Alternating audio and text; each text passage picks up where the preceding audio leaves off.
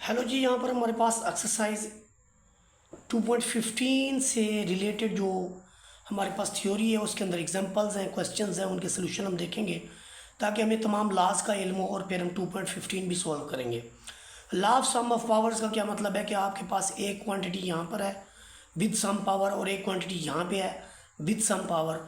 4 raise to power 2 का मतलब है कि 4 आपका 2 बार मल्टीप्लाई हो रहा है और 4 रेज़ टू पावर 3 का मतलब है 4 3 टाइम है। तो इनकी मल्टीप्लिकेशन अगर देखी जाए तो दो टाइम ये हो गया, 3 टाइम ये हो गया, तो टोटल मिला के आपका 4 रेज़ टू पावर 5 हो गया। अब 4 रेज़ टू पावर 5 हुआ कैसे है कि 2 ये हुआ है और 3 ये हुआ है, दोनों को सम करेंगे तो आपको 4 रेज़ टू पावर 2 + 3 बनता है। इसका मतलब ये होगा कि जब दो एक जैसी क्वांटिटीज आपस में मल्टीप्लाई होंगी तो उनकी पावर्स जो है वो सम हो जाएंगी। दूसरे लफ्ज़ों में ये है कि अगर x⁻m हो और ये मल्टीप्लाई हो रहा हो x⁻n से, तो आप लिख सकते हैं x⁻m + n। सम रूल के बाद हमारे पास कोशेंट रूल है। ये सम रूल मैं बता चुका हूँ। कोशेंट रूल में ये है कि एक पावर आपके पास 2 रेज़ टू पावर 5 है और 2 रेज़ टू पावर 3 उसको डिवाइड कर रहा है, तो आप उसको डिनोमिनेटर के अंदर लिख सकते हैं और इससे फिर आप यूँ लिखेंगे कि आपका जो 2 है ये आपका 5 टाइम आ जाएगा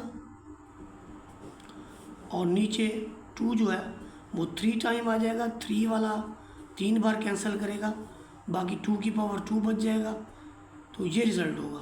तो दूसरा क्राइटेरिया क्या है कि आप 2 रेज़ टू पावर 5 में से ये जो पावर है इसे ऊपर जाके सब्ट्रैक्ट कर लें। तो आप फिर इसे कैसे लिखेंगे? 2 raise to power 5 - 3, 2 raise to power 5 - 3 जो कि रिज़ल्ट देता है हमें 2 रेज़ टू पावर 2 का।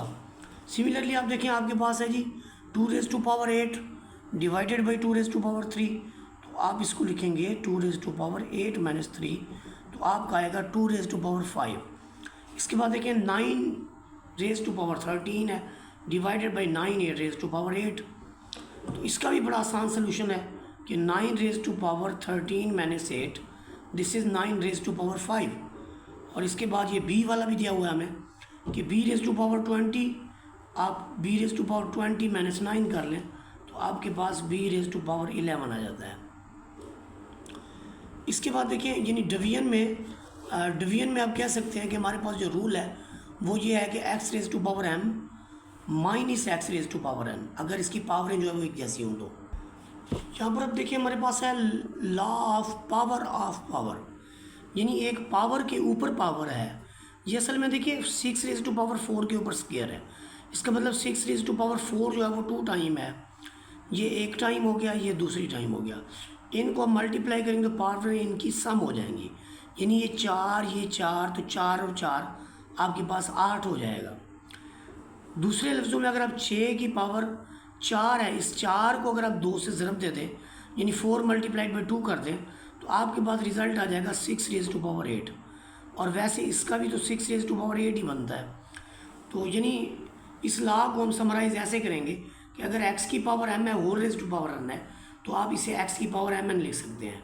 अगर ये x की पावर n होता और बाहर m होता तो तब भी हम इसको x की पावर mn या x⁻nm कह सकते हैं। यहाँ पर कुछ इसके साथ मिलती जुलती एग्जांपल हैं, जैसे ये है तो 4 को 3 से मल्टीप्लाई कर देंगे 12 हो जाएगा। 50 को 3 से मल्टीप्लाई करेंगे 2 रेज़ टू पावर 150 हो जाएगा। सिमिलरली 8 के ऊपर 100 है, 3 से मल्टीप्लाई करेंगे तो 8 रेज़ टू पावर 300 हो जाएगा। हमने बेस बड़ी लिखनी है और उसके ऊपर एक्सपोनेंट या पावर जो है वो छोटी लिखनी होती है। इसके बाद हमारे पास है law of power of product, यानी 3 रेज़ टू पावर 2 है, 5 रेज़ टू पावर 2 है, तो ये दोनों 2 बार हैं। अगर इनको इकट्ठा करके लिखें तो आपके पास ये बनेगा 3 × 5 रेज़ टू पावर 2। इधर 3 को हमने 2 बार, 5 को 2 बार, 3 को 5 से मल्टीप्लाई करके लिख दिया, 3 को 5 से मल्टीप्लाई करके लिख दिया। आप इसको 15 रेज़ टू पावर 2 भी लिख सकते हैं और आप इसे 3 × 5 रेज़ टू पावर 2 भी लिख सकते हैं। यानी इसका मुख्तसर ये है कि आप पावर अगर एक जैसी है तो उस पावर को बाहर लिखा जा सकता है। कहने का मकसद ये है यहाँ पे देखिए 4 raise to power 3, 2 raise to power 3, तो आप ऐसी क्वांटिटी को आप लिख सकते हैं कि this is 4 × 2 raise to power 3। आप ऐसे इसको लिख सकते हैं।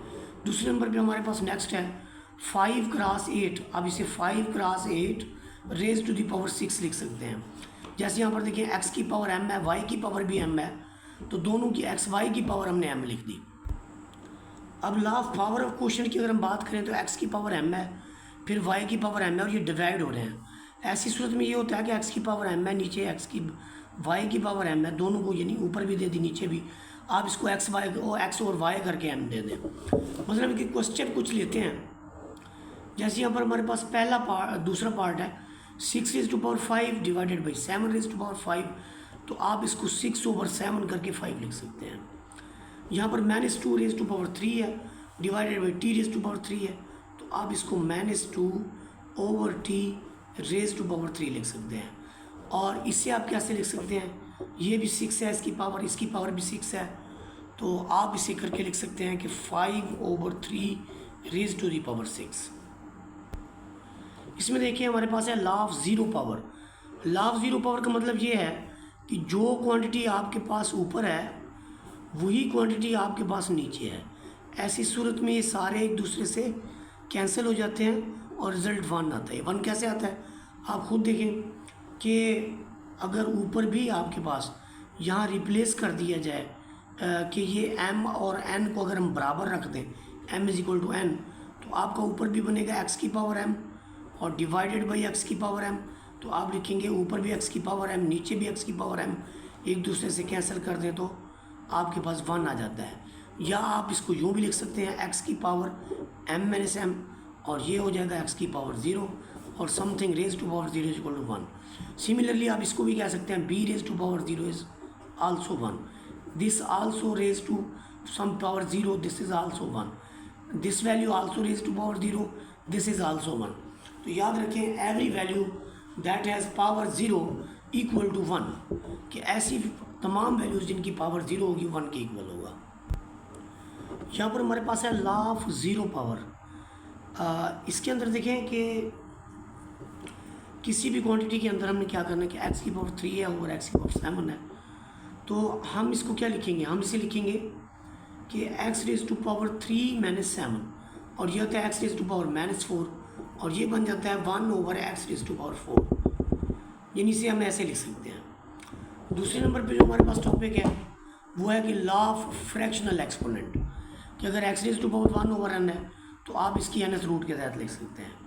m/n है तो आप x को पावर m दे दें और इसकी 1/n लिख दें, तो ये जो 1/n लिखा है ये असल में nth रूट है इस क्वांटिटी की।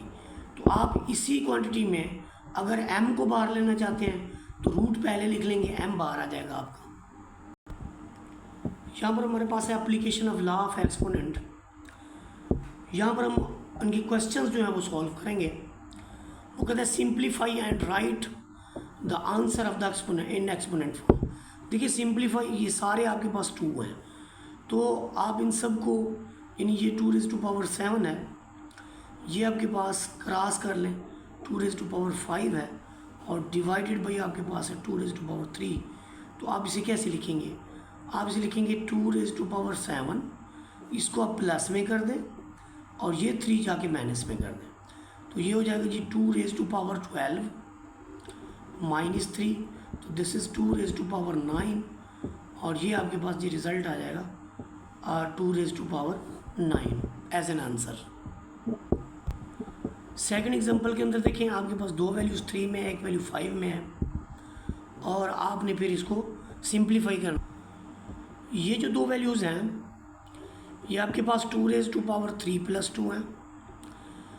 5 की पावर 5 को वैसे रहने दें, ये बन जाएगा 2 की power 5 cross 5 raise to power 5 और ये दोनों बन जाएगी 2 क्रॉस 5 रेज टू पावर 5 और ये आपका आ जाएगा 10 रेज टू पावर 5 के इक्वल। सॉरी यहाँ पे 3 है तो आप इसको 3 बना लें और यहाँ पर आप 15 लिख लें। यहाँ पर प्रोडक्ट के साथ डिवीजन रूल भी है, इसे आप कैसे लिख सकते हैं, आप लिख सकते हैं 7 रेज टू पावर 2 + 4 और ये आ गया डिवाइडेड बाई 7, तो ये आपका 7 रेज टू पावर 6 और divided by 7 raise to power 3, इससे आप लिख सकते हैं 7 रेज टू पावर 6 - 3 और ये आपका रिजल्ट आ जाएगा 7 raised to power 3। इसके बाद जो हमारे पास नेक्स्ट पार्ट है उसमें देखिए ये आपके पास है 2 raised to power 3 क्रॉस 2, फिर क्रॉस 3 raised to power 6 है, इधर आपके पास 5 raised to power 6 है। तो एक तो ये हो गया आपका 2 raised to power 6 cross 3 raised to power 6 cross 5 raised to power 6। तो ये सारे के सारे 6 की फॉर्म में हैं। 2 क्रॉस 3 क्रॉस 5 लिख के आप पावर 6 लिख दें और एंड में आप इसको कर दें 2 3 6 6 5 30, तो 30 raised to power 6 ये इसका आंसर होगा। एग्जाम्पल 35 में देखें आपके पास है 3/4 raised to power -2। तो ये जो -2 है ये आप दोनों को दे दें, इसे भी दे दें और इसे भी दे दें। तो जो इसका इन्वर्स रूल है वो ये है कि अगर हम 5 को ऊपर लिख दें तो इसकी पावर पॉजिटिव में हो जाएगी और 3 को नीचे लिख दें तो इसकी पावर पॉजिटिव हो जाएगी, जिसे हम लिख सकते हैं 5/3 raised to power 2 और ये हमारे पास आंसर होगा। नेक्स्ट अब देखिए जो आपके पास नेक्स्ट पार्ट है इसमें तमाम के तमाम 3 हैं।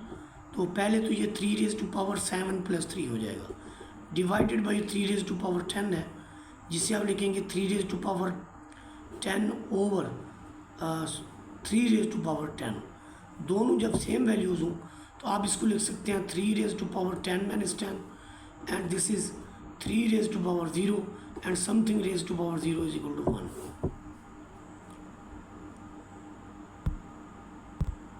इस पार्ट के अंदर देखें 64 raised to power -2/3 है। तो जो आपके पास 64 है, 64 जो है ये 4 बार आता है, 4 4 3 बार, जिसे आप बाद में लिख सकते हैं 4 raised to power 3 whole raised to power -2/3। और इसमें देखिए 3 से 3 आपका कट जाएगा और आ जाएगा जी 4 raised to power -2 और इसे आप लिख सकते हैं 1/4 का स्क्वायर, 1/4 क्रॉस 4 और ये आपके पास आ गया 1/16। इस क्वेश्चन के अंदर देखिए आपके पास जो 27 है इसकी जो फैक्टराइजेशन है पहले 3 पे करें 9 आएगा, फिर 3 पे करें आपको 3 मिलेगा, फिर 3 पे करें 1 मिलेगा। सिमिलरली 8 भी ऐसे ही है, 2 पे करें 4 मिलेगा, 2 पे करें 2 मिलेगा, 2 पे करें 1 मिलेगा। इसका मतलब यहाँ 27 है वो आपका 3 क्रॉस 3 क्रॉस 3 है और जहाँ पर 8 है वो आपका 2 क्रॉस 2 क्रॉस 2 है और x raised to power 9 और यहाँ पर x raised to power 6 और ये तमाम की पावर जो है 1/3 है।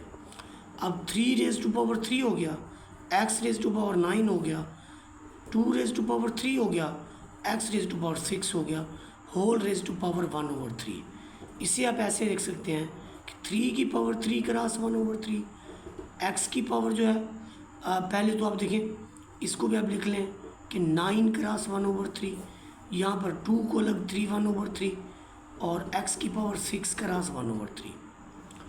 तो अब इसका क्या होगा जी, इसका ये होगा कि ये आपके पास आ जाएगा जी 3 से 3 कैंसिल, 3 1 0 3 3 0, तो ये 3 आ गया यहाँ से, इधर से मिला x की पावर 3, नीचे 3 से 3 कट गया 2 मिला और x की पावर 3 2 0, x की पावर 2 मिल गई।